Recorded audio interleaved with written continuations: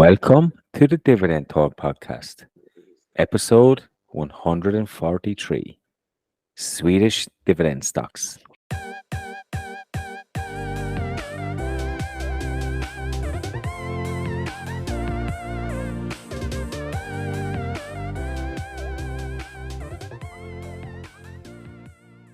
Whether you're a seasoned pro or just getting started, Dividend Talk is the place to be for insights, analysis, and unsalted advice on how to make the most of your money through dividends with our own unique European flavor.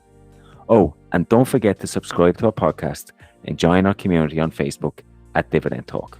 See you on the inside.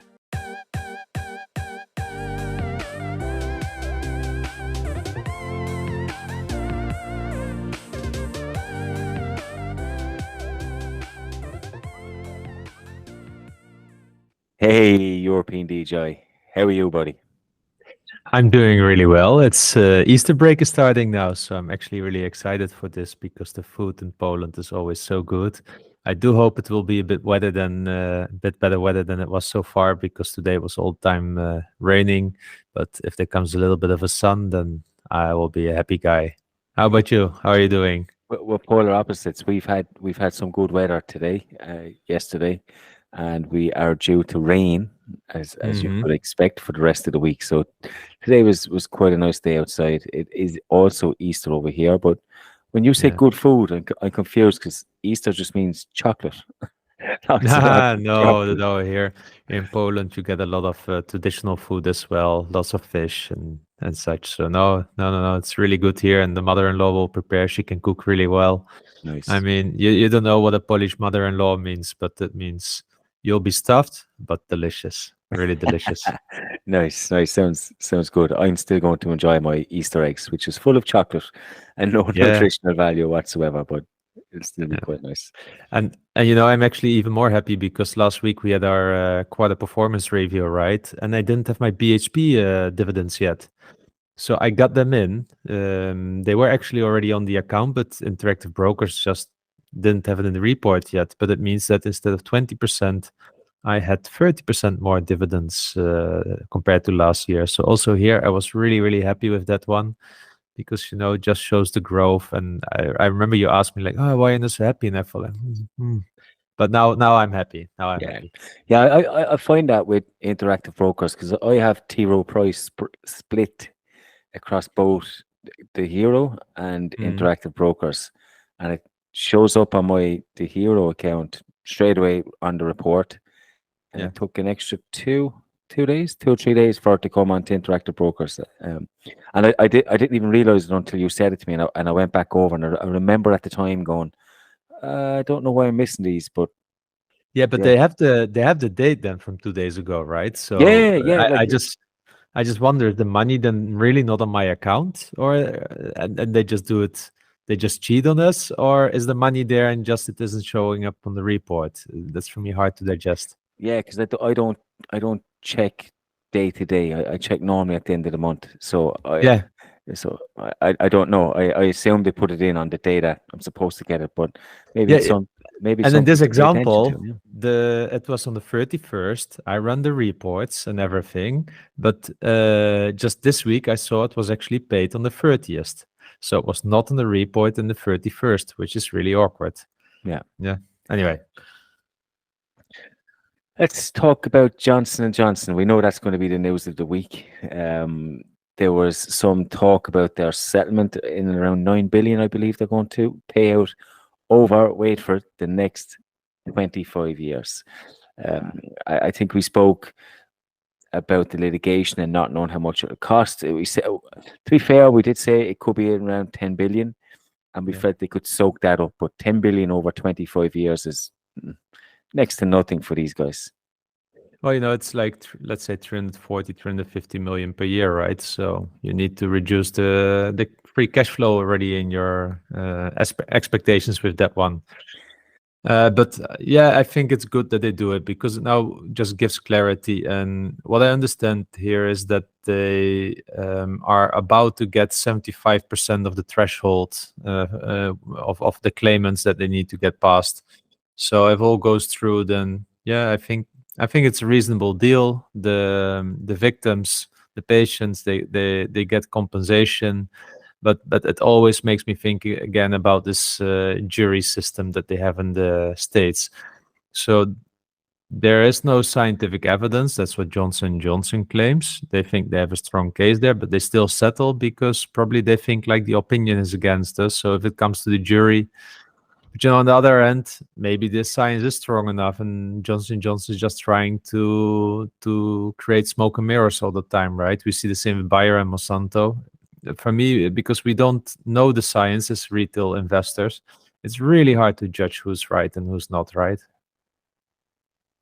Yeah, I mean, we're never going to know, and you're right. If it goes to a jury, you're thinking of common people, and automatically, if you go in against a jury as a big corporation and there's a lawsuit against you, it's probably natural for the person, maybe unintentionally, to be a little bit biased towards the people that have been affected by a big corporation. So no, I can understand why they would settle. Look, it still has to be approved. It's not approved or anything yet, and I don't know if Europe or anything like that is included here, but no, it isn't, and that makes it also awkward. But we know that also with Dieselgate and such. Yeah, I think now again there were some litigation cases in Europe, but in Europe we can't make a fist against companies like this. We have a total different jury system as well. So, of no jury system, but a totally different legal system. But yeah, anyway, I'm happy there's clarity. The share price reacted on it, responded on it. It's like 7-8% higher since then.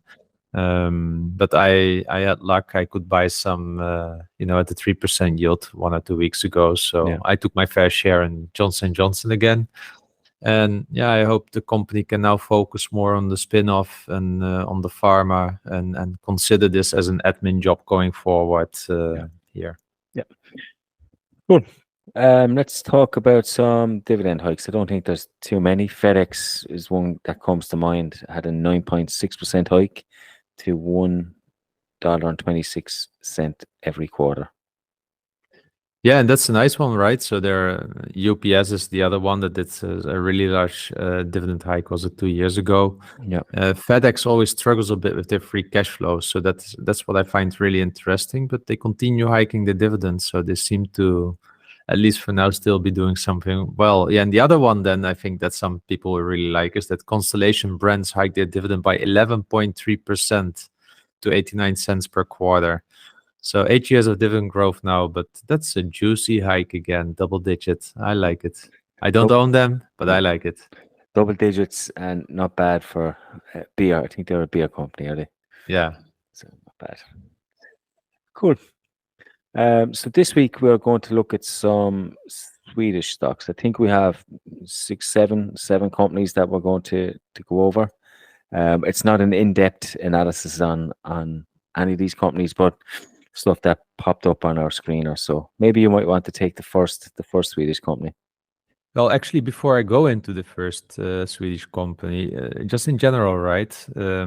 I don't know how you liked it with the research, but I was surprised still about how many stocks there are in Sweden that are proper dividend growers.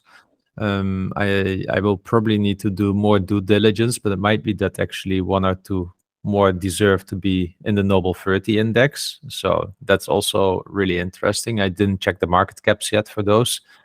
So that's already good news. And, there's always this thing then with Sweden still that you pay a 30% dividend withholding tax, right? So it's one of the higher tax countries. I checked one time at the forms that you need to submit to Sweden, and you really need to have the stock certificates with it, or the dividend certificates, which is not easy at the broker of the hero. So that makes it a bit harder. But other than that, the process seems to be fairly easy with the Swedish government. So, for now, let's do this Nordic country, right? But how did you look at it when you were analyzing it? Was there anything before we go into the first stock that caught your attention, or just in general, your experience? Yeah, I mean, there's a lot of companies that I didn't know. Obviously, looking at that, I did get a little bit of help. I cheated a little bit. I had one of our community members, Alan, help me out with a list of companies. I thought it was a good starting point because, going online and trying to find dividend companies in a certain region, it's always hard, especially when you don't know the names of the companies, and it can take quite some time. So he helped me out with a list of companies, which is quite good. And yeah, as I said, there was a couple I expected. ASSA-B.ST was in there. Investor we hear a lot about, or Investor AB, and they're not quite so high. I was quite surprised with that. So there was some surprising things, but yeah, there's one or two companies here that I kind of like their business model, and we'll get into that a little bit, like evolution and stuff. So it was a good exercise to do, because there's lots of companies that you don't hear about or you know of, but you don't actually associate them with a country, which is exactly. and that's always fascinating. And look, I have one company, ABB, that's going to be a toss of a coin. Is a Swedish, is a Swiss, but yeah, it was. Why do you pay the dividend tax? Switzerland. Yeah, you've got your answer. Yeah. Okay, so let's get started then. Yes, so the first company that caught my attention was AAK.ST. I think it was formerly known as Aarhus. Effectively, it's a global Sweden-based company and producer of vegetable oils and fats. And it was founded in 2005, and it's nowadays called AAK. Actually, the company has been increasing their dividends for 17 years, which is really nice. So since 2006. If I look also a little bit at their financial performance, it was making around 27.5, I guess, billion in sales in 2018, and now almost double of that in 2022. And we are talking about Swedish crowns, right? I believe the currency is like 1 on 10, 1 on 11 when it comes to the euro. Yeah. So probably it's like 5 billion in sales here, but almost doubled it. And specifically the difference, the delta between last year and let's say 2021 and 2022 was enormous. And it might be also due to acquisitions. Some probably our readers can say that. But if you then look at, for instance, the earnings per share, it was 5.21 in 2018, and it is now 6.84. So it's still decent, but not as much probably as you saw that the sales were growing. What I also liked is that their dividend per share was that today is 2 crown and 75. I don't know cents. I don't know how you call this in Sweden. I probably should have done a better due diligence there. But if you just generally look at the numbers, it's mainly to the right, like always, but onwards and upwards. Yeah, I could expect a little bit more better growth, I would say, from the underlying earnings, but the dividend per share is a really nice staircase model, which I really like. And look, the dividend yield at the moment is 1.5%, like 1.5%. So it's not something to be really happy about if you want to enter a position right now. Though the 5-year compounded annual growth rate is 11% and the payout ratio is 40%. So definitely it's something, it's a stock that I will add to my watch list in general, in the list that I have of European tickers. And yeah, an interesting one. I don't know much more about the company further. So it's definitely when the yield comes into range that I would probably do some more studying here. And yeah, maybe also good for the listeners. Don't worry, we will put all the tickers that we are discussing here in the notes of the show, because these tickers are sometimes really hard to pronounce or to spell, because sometimes they have an -B or something like that in it. So yeah, that was from my side, AAK.ST, that caught my first attention. It's a fascinating one, isn't it? Because they are a producer of vegetable oils and fats, and to me, at least, it seems like that's a business opposite to what the likes of Warren Buffett would talk about, that is easily to replicate. I'm always fascinated how companies like this that make something I think is a generic product. I mean, there's many different types of brands of vegetable oils and fats and stuff, and how they can actually make it into like a giant company that generates billions in income. It's quite interesting. Obviously, I don't know their brands, and they probably own probably some brands on our shelves that we don't even know about. I'm sure they do, but it's yeah, fascinating. I always love seeing companies like that do quite well. Good. So what was the first company that caught your attention? Yeah, the first one that caught my attention was VITEC Software Group, ticker symbol VITB. And these guys are a software group, but they operate on this SaaS, this SaaS model we often hear about on Twitter, software as a service. And they actually are involved in loads and loads of different industries. So they supply software for pretty much everything from hair salons to bars to everything. And I counted roughly around 36 different subsidiaries. So they have 36 separate entities within that group across every kind of range of business that you like. And I quite like that model. It looks like they've positioned themselves quite well. We know this SaaS model has lots of growth potential, particularly as you become reliant on a piece of software and what it does. And when you're paying for it every month, and they tend to increase their prices, don't they, every couple of years by a couple of Swedish crowns here, a couple of Swedish crowns there, which you don't quite see when you're paying for it. But the revenues has nearly 10x over the last 10 years. Now, nearly, it's probably more about 8 to 9, but it's been really, really strong, their growth. The margin levels are quite steady.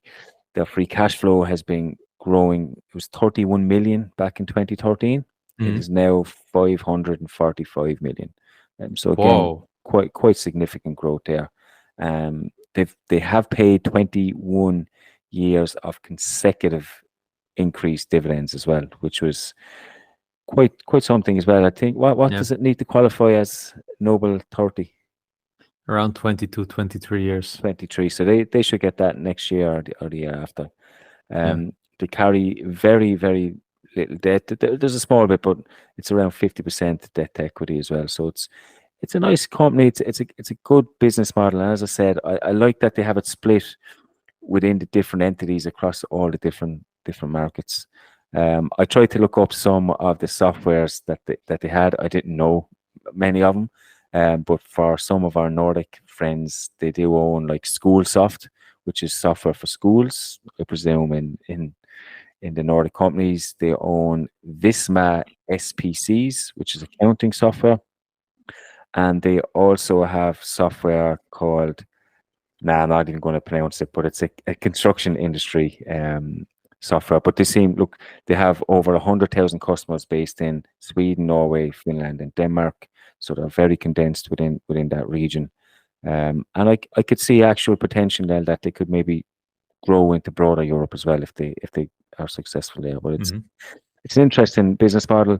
Giving you some stats about them. Their dividend per share is 2.28 Swedish crowns.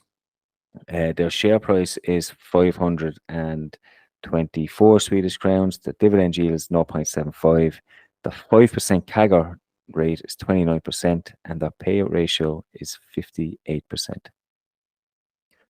Really nice one, and it's also sometimes good to hear a SaaS company that actually earns decent money. Instead of all these SaaS companies from COVID times that were like to the moon.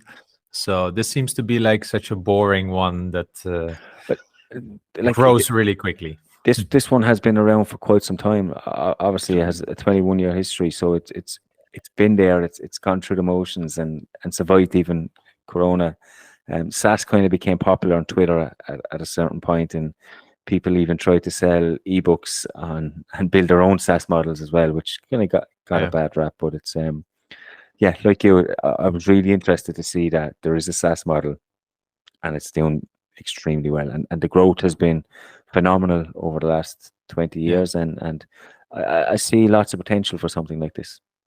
There are not so many companies that you can say they 10x. Yeah, not quite 10x, but I mean, close to it. Like it's pretty good. Wow. Hey, look, I'm European DJI. I just have to talk about ASSA ABLOY. Right? I mean, the locksmith, one of the oldest jobs in the world. ASSA ABLOY. So for the people that don't know this company, but they make the famous locks, these big ones, and they're even lock picking contest and such to do that. But you will find doors from ASSA-ABLOY. The other day, I was in Warsaw in such a big shopping mall, and I saw that they were constructing another wing, and I saw an ASSA-ABLOY door still in the package there. So, it's everywhere when you start looking at it. They make gates, entrance automation, they're also controlling access, and these in offices when you need to use ID cards and such, and tags and biometric identification systems and such. This is all ASSA-ABLOY. Effectively anything related to security and equipment and such that you need. Look, they have been introducing their dividend approximately around 1995, and since then they have been maintaining or increasing their dividend already for 28 years. They had to postpone a little bit the dividend during the Corona crisis, but later on they were still able to pay it. Now, if you then look a little bit into the finances, what I found really impressive is that over the last year, they grew their sales by 27%. 27% for these are like Microsoft numbers. Yeah. Now, 12% of this was organic growth and 13% was Forex, but still 12% organic growth. It's a lot for a company like this. So they had around 120, what is it? I guess 120 million Swedish crowns or billion. It's hard to understand from the numbers here. But their EPS at the moment is around 12 Swedish crowns, which is again an increase of 22%. Also, their operational cash flow grew by 19%, and they have a return on employed capital of 17%. So this is also really a compounder, right? High margins, good compounder. What I also like is that this company is continuously acquiring small companies. So last year alone, they completed 21 acquisitions of about sales in 7 billion in sales additional a year. So for me, it's a company. It's like many brands. It's just compounding brands even and gobbling everything up that it can. And also, of course, one of those beautiful dividend aristocrats from Europe. Now, at the moment, they pay a dividend per share of 4.8 Swedish crowns at a share price of 230, gives it a dividend yield of about 2.1%. Here again, 5-year compounded annual growth rate of 11% and the current payout ratio of 40%. I mean, this company, if you look at it, it's like beautiful everywhere, like how it's doing. It's always just a bit share price, but honestly, 2.1% dividend yield is not too bad for the company. Yeah, I mean, it's top quality. That the company, everything you explained there is, you can see why it's doing so well. And I love how they've kind of not pivoted, but they've moved into like controlling access with keys, cards, biometrics. That's really, really huge these days. And it looks like that they manage their acquisitions quite well. That's not an easy thing to do, to buy so many companies and integrate them in. But yeah, it's a good company.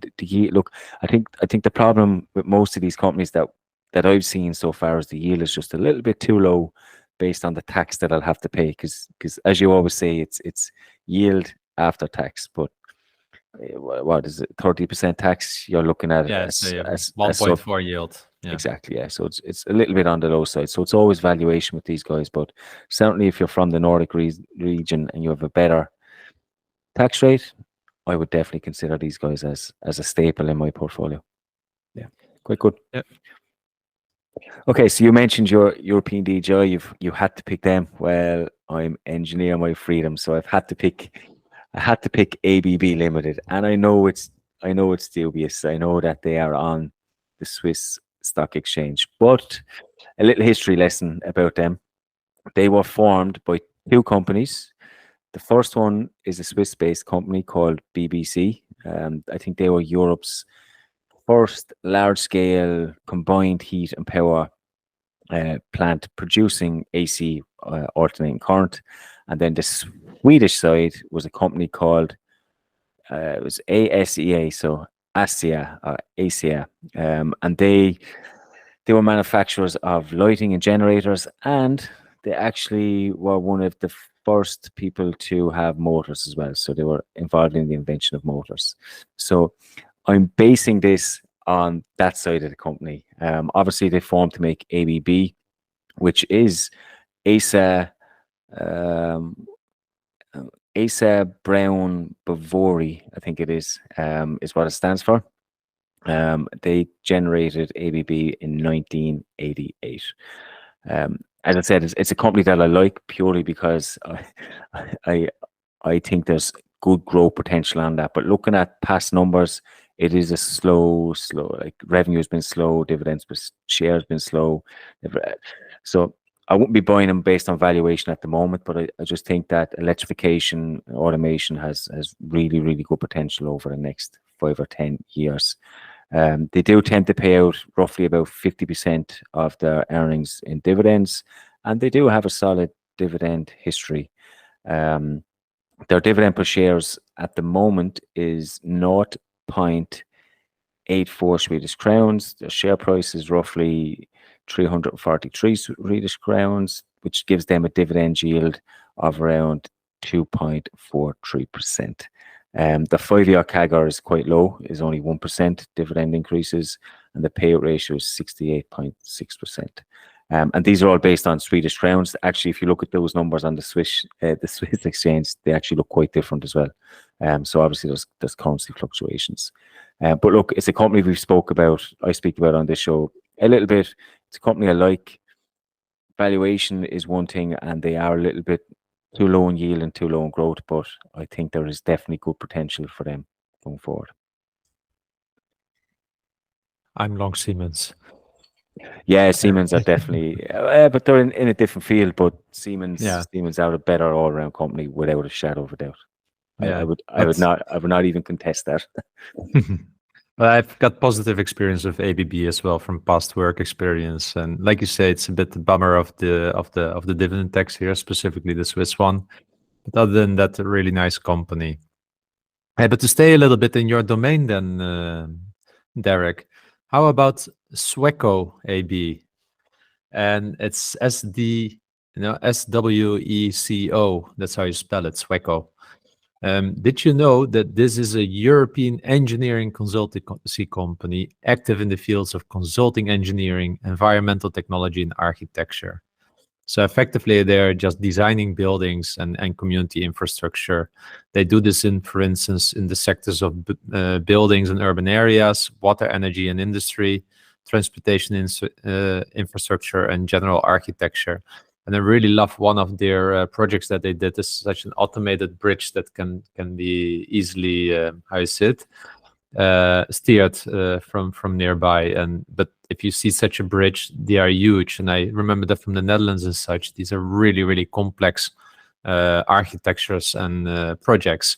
So SWECO is effectively doing this. So it's a lot of analysis, calculations, studies, planning, design, and also some of the designing and constructing of what they need to build. I mean, the company, started really to pay a dividend from 1999, and they have around 24 years of growing and maintaining their dividends.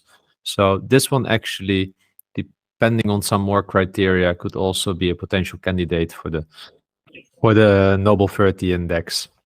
Now, what I really like about this company is that it's present in the Nordics, right? Sweden, Finland, Norway, but actually also over here in Poland, Germany, Czechia, Netherlands, Belgium, the UK, and Ireland. So it is really looking at North Europe. It has about 18,500 full-time employees. So this is a huge company. Yeah, and honestly, before today, I never heard of it. Never. So, but there are just like almost 20,000 folks walking around every day, going to the office, maybe nowadays, but working from home, that work at this company. And probably They have designed a lot of the stuff here in Poland and in the other countries that I'm maybe making daily use of, a bridge or something like that, that might have been designed and engineered by them. What I also like again here is that they are doing a lot of acquisitions. They buy these little companies all the time. I guess these boutique consultancy firms with a bunch of architects in there. So they bought around 12 this our last year, and they added again 400 experts there. Now, if we then look at the dividend, because that's what we're of course most interested in here on Dividend Talk, they pay a dividend per share over the last year, I think anytime soon, of 2.7 at a share price of 130, gives it a dividend yield of approximately 2.1%. But hey, here again, 10 years compounded annual growth rate, again a double-digit one over the last 5 years, and a payout ratio of approximately 59%, slightly below my threshold of 60% in the screener. So also here again, ticks all the boxes for me from a screener criteria. Really nice, interesting company. I'm not really investing in consulting companies and such. I don't know. I don't really have a proper feeling for it for the long term, let's say. I find this always a bit, what they're selling knowledge. Yes, so and they grow when headcount grows. Typically, their sales grow as well. So, but other than that, actually, it just looks good. Looks like a really solid business from what I can observe when pulling it through the screener.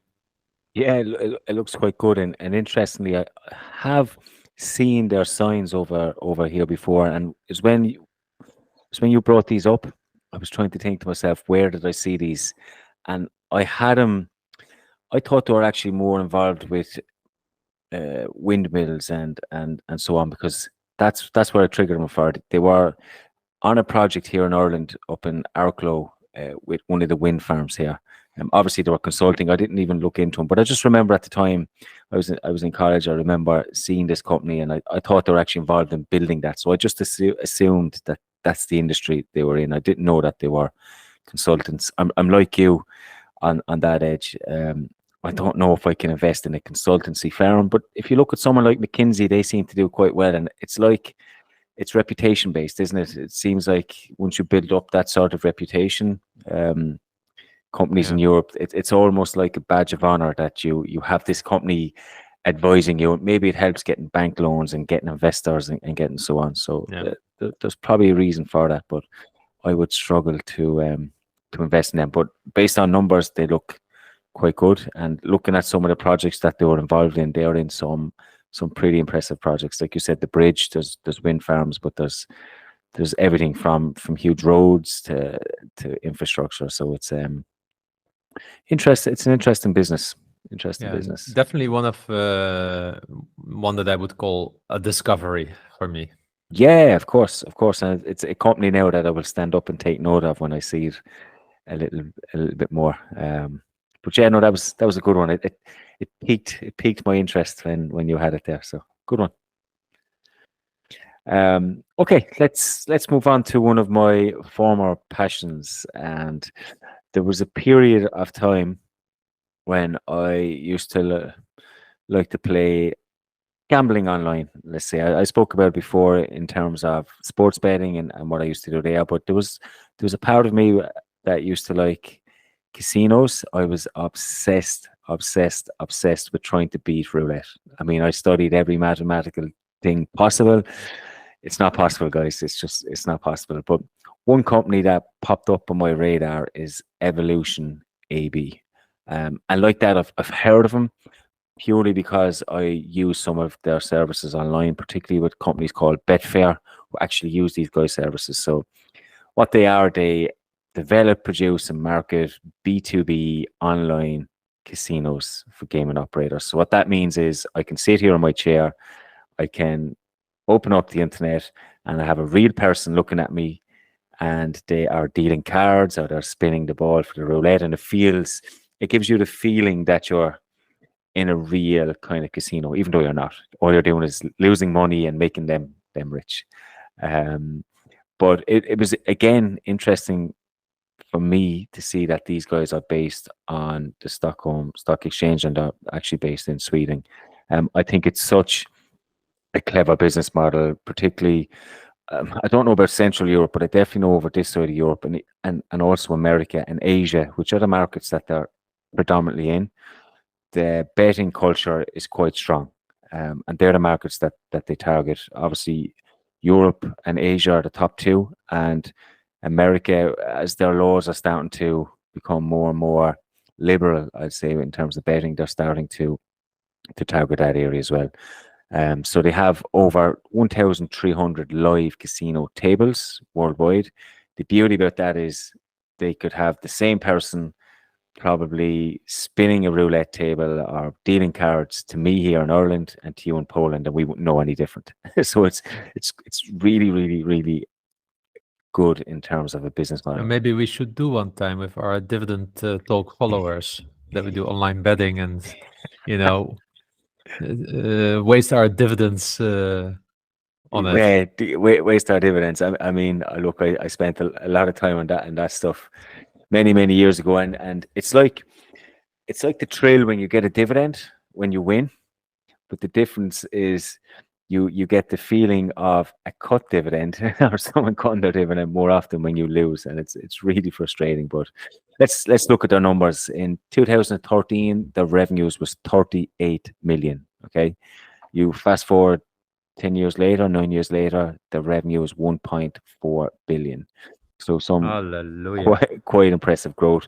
I'm looking at the gross margin here on my Kaifin is what I use. It's sitting at 100% profit.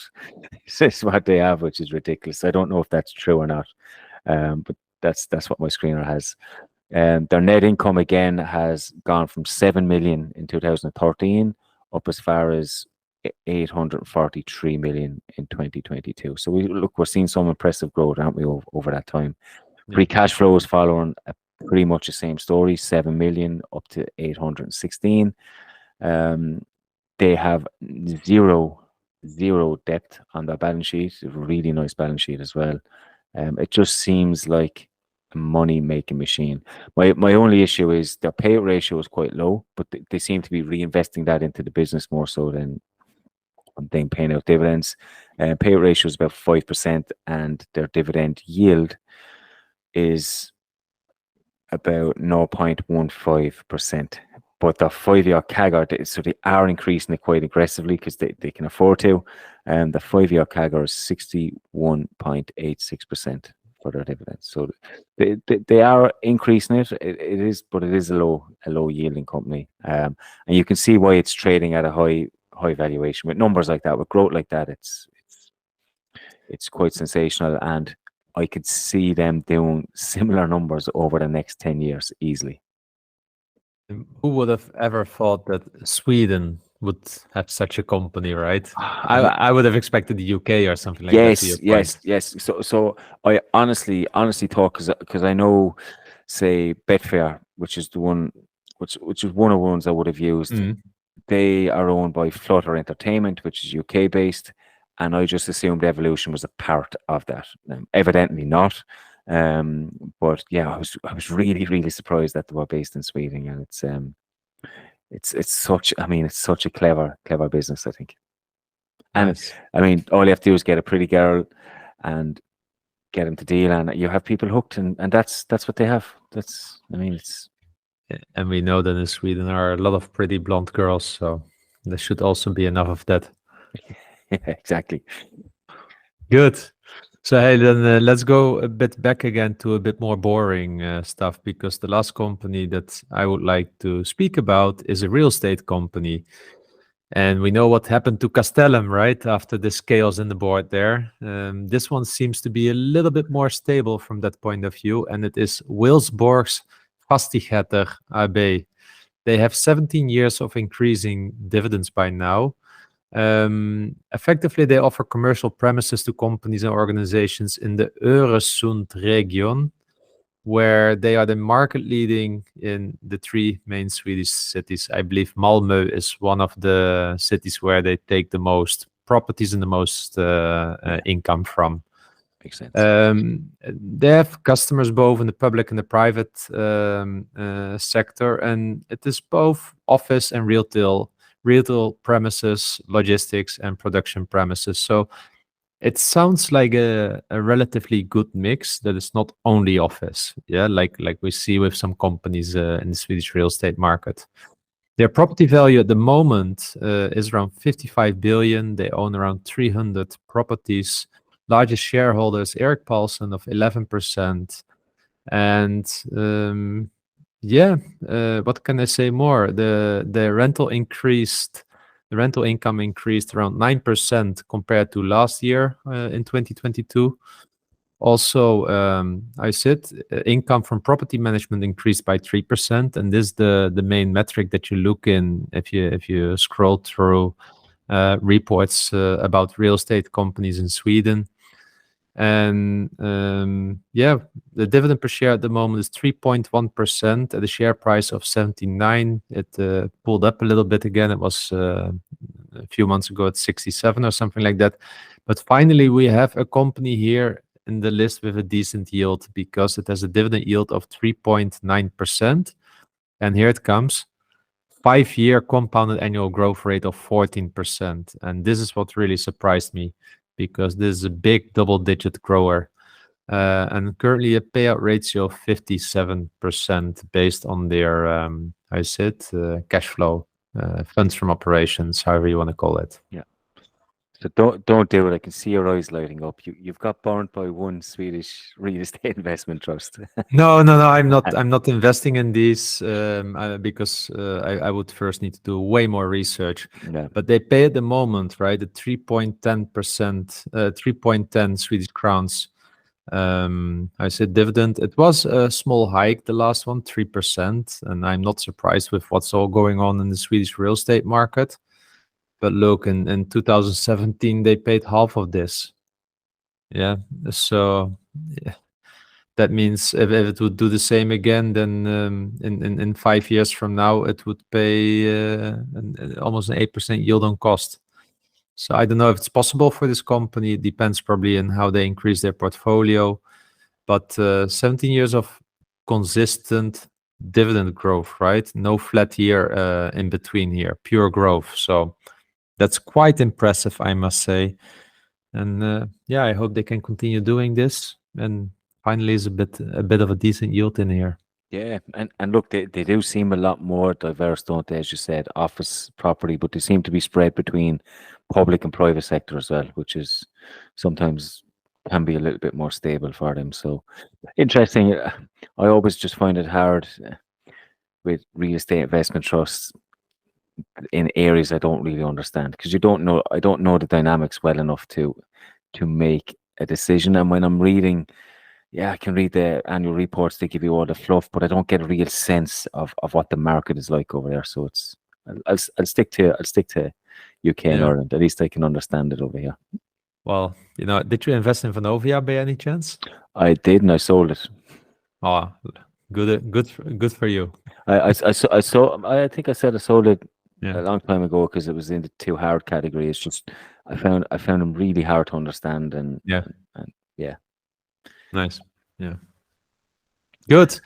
So these were, I believe, 7 Swedish stocks that we discussed today, and we know there are some other popular names like Volvo or Investor AB and such. We didn't discuss them because they didn't have spotless dividend track records. So that's the main reason, I would say.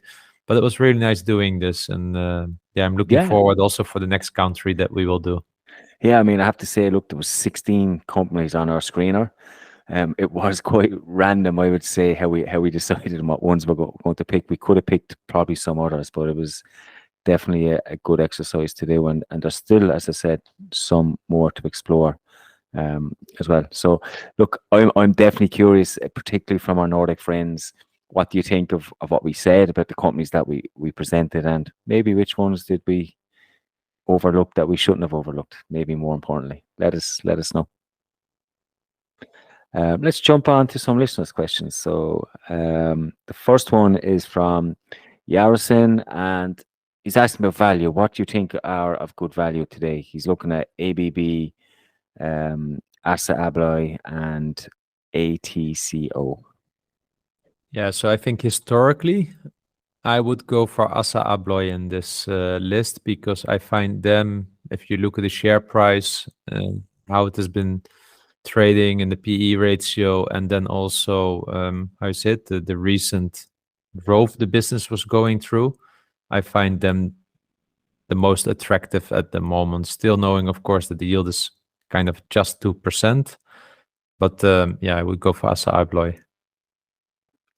Yeah, it makes sense. I spoke about ABB. I think from a valuation point of view, I think they're a little bit overvalued. So I'd probably agree on ASSA-ABLOY. Derek has asked us, what are our thoughts on Loomis? Do you know what? Do you know what? Reading the questions, I've had a brainwave.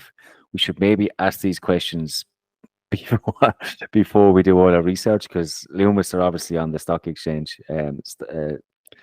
on the Swedish stock exchange, and it might give us actually ideas a little bit quicker. We didn't really look into them, but I do know that they are, if I'm correct, that they manage cash in transit, with the banks and money management systems. We didn't look into them, as I said, but from my screen now, they have a 3.35% yield, which is better than some of the companies we've presented. They have quite an impressive annual CAGR. So over the last 3 years, it's been 29%. Last year, they increased it 41%. But again, I think in 2020, with the coronavirus, they dropped that down. They cut it in 2020. It was growing solidly up as far as 2020. They cut it in 2020, and it is growing again, but still not at the level as it was in 2019, which is not good, to be fair. I would have thought they would have at least maintained that. If I was to look briefly at their metrics, or some of the metrics I like to look at, their revenue has been pretty good. It's grown from 11 billion in 2013 to 25 billion in 2022. The earnings per share has grown at a similar rate. Free cash flow per share is quite steady as well. It's, what was it, 554 million up to 2.2 billion this year as well. So there's actually some good growth in this company. As I said, it had a good dividend history pre-coronavirus. It looks like they're going to continue at that. They have a reasonable amount of debt on their balance sheet, and they're well able to cover their interest expenses as well. So from a metric point of view, I would definitely be interested in a company like this, and it seems like they have a good business model as well. So yeah, decent company, I would say. And as I said, a better yield than some of the companies we picked. Nice. Alexandros has asked us, have you come across any hidden gems in our Swedish stocks? I would say Evolution is definitely one, I would say. Yeah, and I liked SWEC-O. Well, maybe the Discovery. Hidden gems, I don't know, but the Discovery. But if it's a hidden gem, it's Evolution. Yeah. Just not, I would treat it rather more as a growth stock. Yes, exactly. Yeah. Matthias has asked us, do we have any thoughts on AXFO and HPOL? Well, I looked into AXFO also a little bit here. We didn't pick this one. I believe it is 14 or 15 years of dividend growth. It cut the dividend during the great financial recession, if I'm correct. For the people that don't know, AXFO is, I believe, in Sweden, the leading food retail group and the second largest player in the food retail market, with a market share of approximately 21%. I've looked into them. Everything looks decent. The dividend growth is a little bit, not so much, and also dividend yield is, for me, not attractive enough. So I believe they have a dividend yield of approximately, now what is it, 2.something%. Let me quickly check. Okay, almost 3% dividend yield here. But a 5-year dividend CAGR of just slightly above 2%. So for me, this is just too little for a company that grows so slowly. Then I can better go for this, for this real estate company that gives you 3.9% and then a 14% compound annual dividend growth. So that's how I look at AXFO. And if we look at HPOL, So HPOL is the leader in as how they call themselves, right, in the field of advanced polymer compounding. It's actually quite an interesting stock from what I have seen, and it has a dividend yield of around 2.9% as well, so similar to X-Food. But here the 5-year CAGR is 13%. So even if you compare those two, I would definitely go for HPOL. It pays a 3.6 crown dividend right now. And yeah, this is just purely based on some basic metrics from the screening criteria. Nice. HPOL looks interesting. You mentioned polymer, which I think is like plastic PVC. Comes to mind when I speak of that. So it seems like it has a pretty good business. I didn't look into them at all, but as I said, I probably agree with your assessment. Looking just purely at the numbers and nothing else, HPOL seems to be the better pick. Boris has asked us, is there any options to trade such stocks outside of the country? I'm guessing you're talking about Swedish stocks. Trading, I don't know, but I assume you can on Interactive Brokers. I can buy and I can sell. Yeah. So I assume so.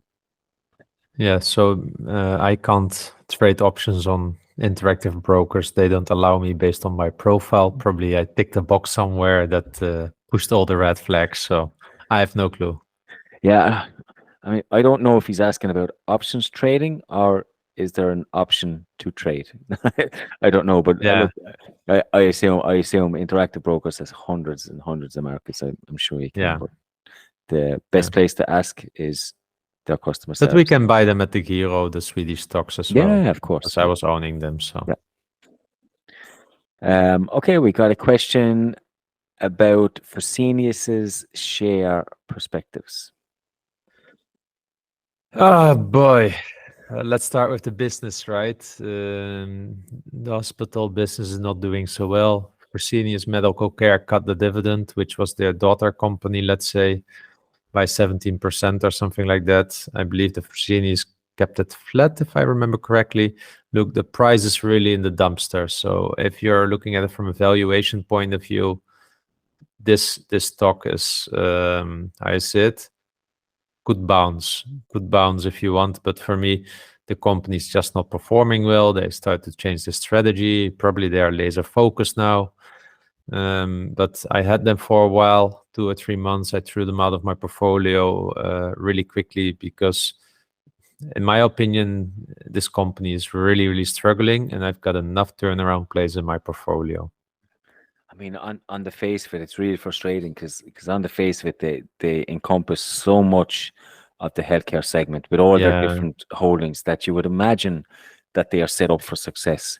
But in actual fact, it seems that their business model is so complicated that management can't really get a grip on what to do correctly, and it's frustrating. But history's on their side. I mean, history is on their side, but I studied their history, right? And it's really a beautiful story. I would definitely recommend everyone to study a little bit for Fresenius, just the history page on the website, and how I forgot the name of the lady because it's not an easy name to remember, but she effectively built this company up. It's one of the, I would say, one of the most probably iconic German entrepreneurs, this woman, and it's just a really nice story.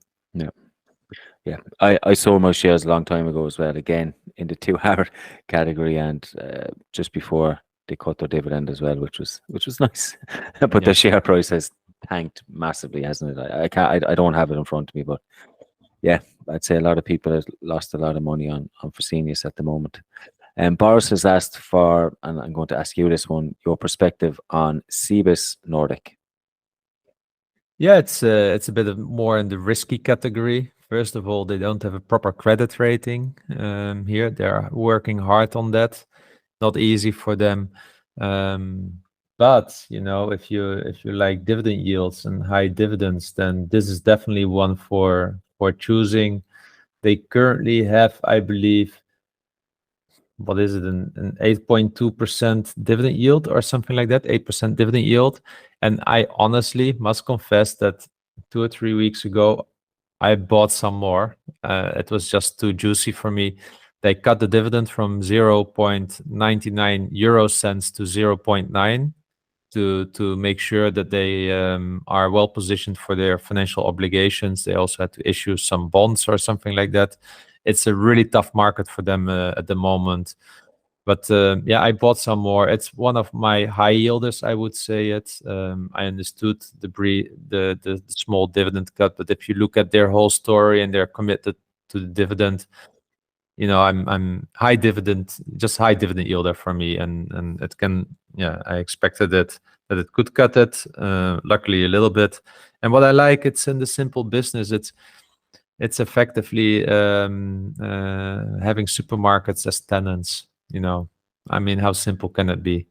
Yeah. The only thing they need to do is make sure that they get a proper yield on those properties and that they clean up their balance sheet. The company's not too old yet, so they're still in this kind of early days phase, I would say. Nice. Johnny has asked the question. Actually, that's not his name, but he politely said I can call him Johnny because his name is quite hard to pronounce. But the question is around your approach to buying quality companies such as Texas Instruments, but where there's short-term headwinds. So you expect their profits and their revenues to decline in the short term. How do you go about valuing such companies? Well, you just take it into account. Yes. So how I do it, I look at let's say the upcoming 10-year free cash flow, and if you believe, let's say, that it goes up and down, you are just more conservative in your assumptions, or you just take the first 2-3 years lower and then you think it's back on track again. Because in the end, for me, the value of a company is just a sum of future cash flows, free cash flows discounted to today, because money costs money and money is less worth in the future. The same euros, less, you can buy less for it compared to today. So that's what you need to take into account. But in the end, it's just the sum of all free cash flows. Yeah, and if you're correct, it means you might get Texas Instruments because you expect the share price to follow, don't you? If you're going to see like profits decline, revenues decline for a short, if say it's 12 months, 18 months, you'd expect the share price to go with it a small bit. So it might present actually better buying opportunities as well. And that's what we read in the books, but sometimes I'm flabbergasted how companies continue to be so high in their share prices, right? But look, Maciek, I've got, how I say it, I've got a video about how to value stocks. It's on my YouTube channel, so have a look there, and hopefully that clarifies a little bit. You also get, how I say it, you also get a sheet with it that you can copy and then make your own calculations.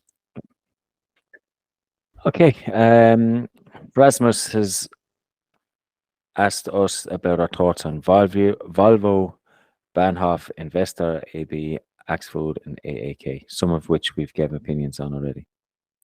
Yeah, really simple, maybe just about Volvo. I don't like investing in car manufacturers. Yeah, it's really hard, but you know what? I'm really tempted by BMW lately.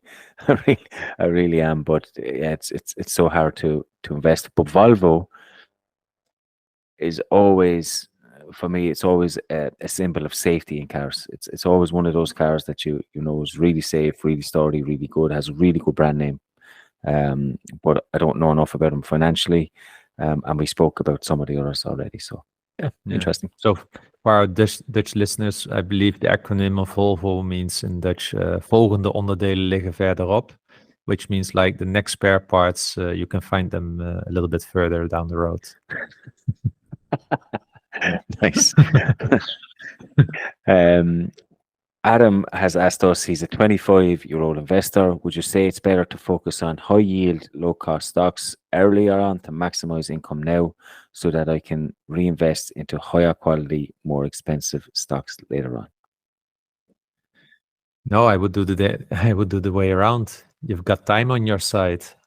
So if you're investing for the next 20, 30 years, oh man, I would go more for low yield, of course, at a reasonable price, but you can be a little bit, let's say, more opportunistic there. I would do it the way around. Yeah, I mean, to me, it feels like you're chasing yield is the way I would say it. I get it. It's hard, and we all do it. But Yeah. with time on your side, you can definitely focus more on higher growth companies, I think. Yeah. Was it two shows ago or something like that, right? When we had this guy also still relatively young with an awesome portfolio. Yeah, I forgot which show it was, maybe number 141 or 140, but Adam, have a look there. This guy had an awesome portfolio. okay. Billy has asked us, when it comes time to buy a new position, do you guys ever looked at which sectors are taking a beating recently and then look for the best dividend stocks in that sector? No, not really. But, I've been buying lately insurance stocks. Why? Because insurance was beaten down, but I was still looking at more at the screener, and just insurance stocks started to pop up. So I guess left or right, it still pops up. So why worry about chasing sectors, and just look at the stocks? And we often say, right, we know when the energy sector is beaten up. Yeah, because we see it in our portfolios. Exactly. Yeah. I think if you run any sort of screener, it becomes apparent if a certain sector is under pressure, because you'll start to see a lot of different companies from the same sector pop up. You're probably going to see that now more in the finance sector than most others. But yeah, I think it becomes obvious. I don't think I actively go out to do that, but I think it just happens as a consequence of what's on sale at the time that you're buying. And then maybe the last question is from Marek, and he asks us to give us an opinion about JM.ST. And again, I think we missed a trick with this company. We spoke about companies with different yields, low yields. Well, this company has an 8.16% yield from Sweden. The growth rate is quite low, but you don't need a really high growth rate with a dividend yield like that. They develop and sell housing in residential areas in the Nordic area. So basically a property developer. If this was an Irish company, it'd probably be snapped up by me straight away, because those type of companies would do quite well over here. But again, I don't know enough about the region.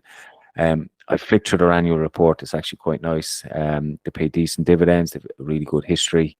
Yeah, it's a good company, and it's one that we missed. I just don't know how I feel about owning a property developer based in the Nordic region. If I was from the region and knew more about that, I would definitely be interested in this company. Definitely as a high yield play anyway.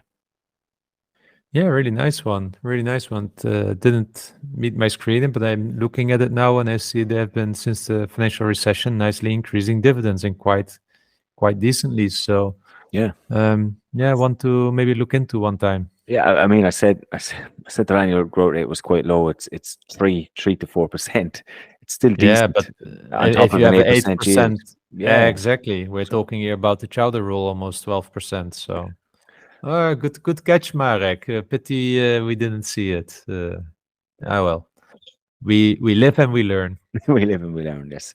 So I think there was some good companies. We gave 7. I think we came across another 2 or 3 within the listeners' questions. So there's roughly about 10 Swedish companies there for our listeners to get their teeth into. And as I said, love to hear feedback from guys from the Nordic area.